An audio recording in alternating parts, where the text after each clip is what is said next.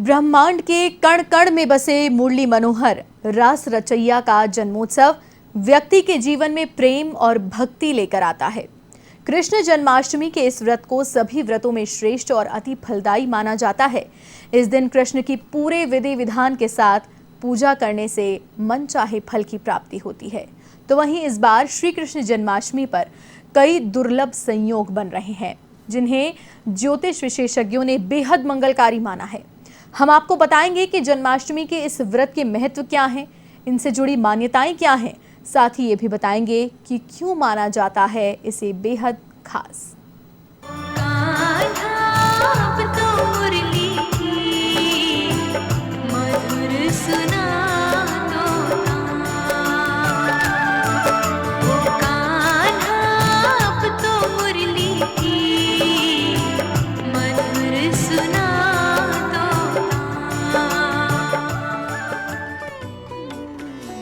बुराई पर अच्छाई की जीत है श्री कृष्ण जन्माष्टमी। भाद्रपद की कृष्ण पक्ष की अष्टमी को हुआ जन्म।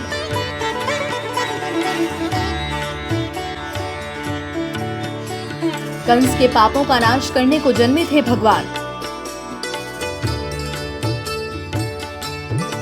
देवकी और वासुदेव के 8वें पुत्र थे कृष्ण।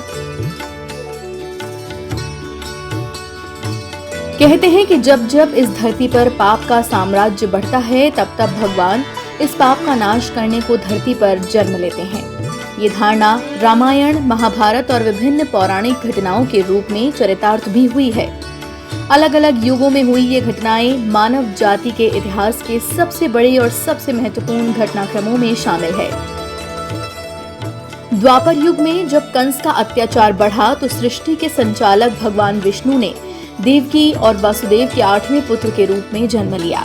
ऐसा कहा जाता है कि भाद्रपद मास के कृष्ण पक्ष की अष्टमी को तेज बारिश और आंधी तूफान के बीच भगवान का जन्म कंस के कारागृह में हुआ।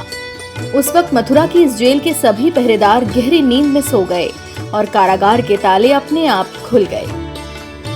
भगवान को कंस के हाथों से बचाने के लिए उनके पिता वासुदेव भारी बारिश और उफनती यमुना को पार करके अपने मित्र नंद के घर वृंदावन पहुंचे, जहां उन्होंने कृष्ण को नंद के हाथों सुरक्षित सौंप दिया और खुद उसी रात जन्मी एक कन्या को लेकर वापस मथुरा के कारागार पहुंच गए।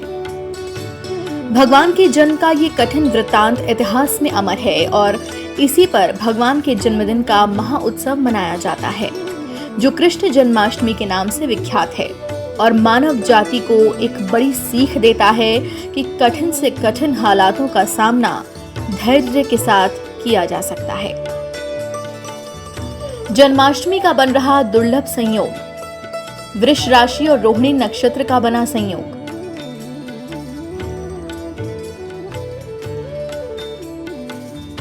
विशेष रूप से मंगलकारी माना जा रहा है पर्व।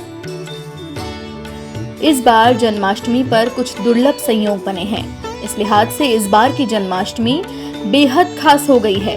विशेषज्ञों के अनुसार कान्हा का जन्म भाद्र मास के कृष्ण पक्ष की अष्टमी तिथि को हुआ था। इस दिन चंद्रमा वृष राशि में थे और रोहिणी नक्षत्र का भी संयोग था। इस बार की जन्माष्टमी को भी वृष राशि और रोहिणी नक्षत्र का संयोग बना है, जो कि बेहद दुर्लभ माना जाता है। ऐसे में जाहिर है कि इस संयोग को लेकर कान्हा के भक्त काफी उत्साहित हैं। इसी कारण इस बार जन्माष्टमी काफी अहम है। कई विशेषज्ञ इस संयोग को विशेष रूप से मंगलकारी मान रहे हैं। उनके अनुसार जिन लोगों का चंद्रमा कमजोर है, वो लोग कृष्ण जन्माष्टमी के दिन व्रत रखकर लाभ की प्राप्ति कर सकते हैं। इस दिन पूजा करने से संतान प्राप्ति, लंबी आयु के साथ सुख समृद्धि की भी प्राप्ति होती है। शास्त्रों में कृष्ण जन्माष्टमी के व्रत को सभी व्रतों का राजा कहा गया है। कहा जाता है कि अगर कोई व्यक्ति पालने में कान्हा को झुला दे तो उसकी सारी मनोकामनाएं पूर्ण होती हैं। मान्यता ये भी है कि इस दौरान पूजा करने से सभी मनोकामनाएं पूरी होती हैं। जीवन में आने वाली हर परेशानियों का सामना करने की शक्ति मिलती है और रिद्धि सिद्धि की प्राप्ति भी होती है। जन्माष्टमी पर मथुरा में मचती है धूम।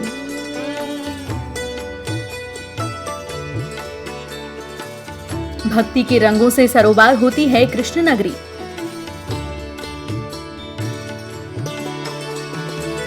विदेशों में रहता है जन्मोत्सव का उल्लास। जन्माष्टमी के अवसर पर ब्रज की पूरी नगरी मथुरा में धूम मची रहती है।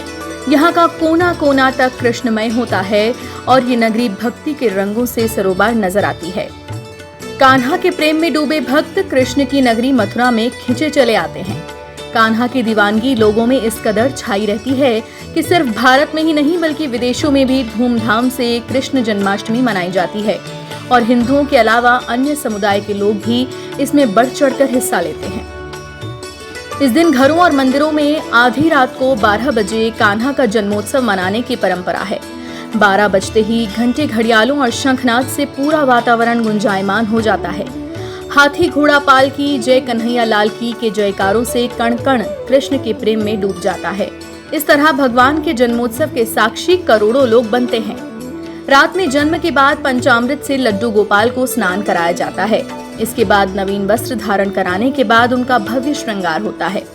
इसके बाद बाल गोपाल को पालने में रखकर पूजा की जाती है और झूला झुलाया जाता है। इस दौरान मंदिरों में और घरों में भव्य झांकियां होती हैं। रात को कान्हा के अद्भुत और अनुपम रूप के दर्शन करने को भक्त आतुर रहते हैं और उनका आशीर्वाद प्राप्त कर मनोकामनाओं की प्रार्थना करते हैं। भगवान श्री कृष्ण के जन्म से लेकर आगे की लीलाओं में मानव जीवन की एक बड़ी सीख छिपी है। उदाहरण के तौर पर भगवान का जन्म कितने ही कष्टों में हुआ, लेकिन उन्होंने अपने कर्मों से, अपनी इच्छा शक्ति से हर उस मुसीबत पर विजय पाई जो अक्सर असंभव समझी जाती थी। श्री कृष्ण के ही दिए गए गीता के उपदेशों से ये बात समझी जा सकती है कि फल की इच्छा किए बिना कर्म करने पर हम हर लक्ष्य को प्राप्त कर सकते हैं और अपने आराध्य पर पूरा विश्वास कर हर मुश्किल का डट कर सामना किया जा सकता है।